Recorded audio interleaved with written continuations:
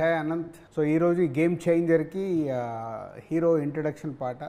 So ఇక శంకర్ గారి పాట అంటే ఎలా ఉంటుందో అందరికీ తెలుసు. నిన్న రిలీజ్ అయిన ప్రోమోతోనే అందరు మాట్లాడుతున్నారు. 5 సెకండ్స్తోనే 10 సెకండ్స్తోనే మొత్తం కనపడింది. వైజాగ్ అండ్ అమృత్సర్లో చేశాం ఇది ఈ song. So Thaman and Anant Sriram and Shankar garu ఒక సాంగ్కి ఎలా ఎలా చేయాలి, ఒక ట్యూన్ ఏంటి, హీరో ఇంట్రడక్షన్ సాంగ్కి లిరిక్ సైడు రా మచ్చా మచ్చా అంటే మచ్చా మచ్చా అనగానే ట్యూన్గా ఇచ్చారు అప్పుడు.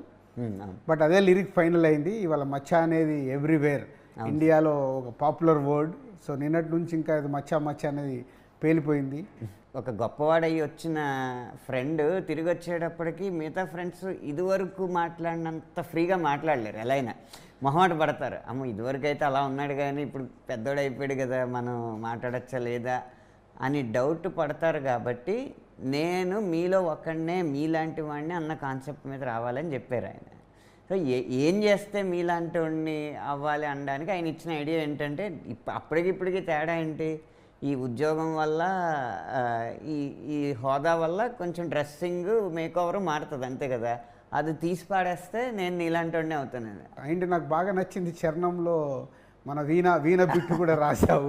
సో చిరంజీవి గారిని వీణ స్టెప్ వేస్తే మీ విజిల్ సౌండ్ దళదల నక్కినాది గుండెలో ఏదో మూల అంటే నా గుండెల్లో ఆ విజిల్స్ అలా వినపడతా ఉన్నాయి నేను వీణ స్టెప్ వేస్తుంటే అనడానికి.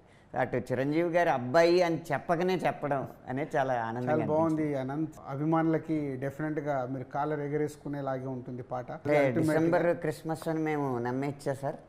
క్రిస్మస్కు ఈ సినిమా ఎట్టి పరిస్థితితో రావాలని అన్ని రకాలుగా పోస్ట్ ప్రొడక్షన్ జరుగుతున్నాయి. ఆ కాన్ఫిడెన్స్తోనే రేపు రామచ్చా మచ్చా సెప్టెంబర్ 30 రేపు రిలీజ్ అవుతుంది. అలాగే అక్టోబర్లో ఆడియన్స్కి అభిమానులకి గేమ్ చేంజర్ నుంచి టీజర్ వస్తుంది. అలాగే అక్టోబర్ 2 ఇంకొక సాంగ్ కూడా వస్తుంది.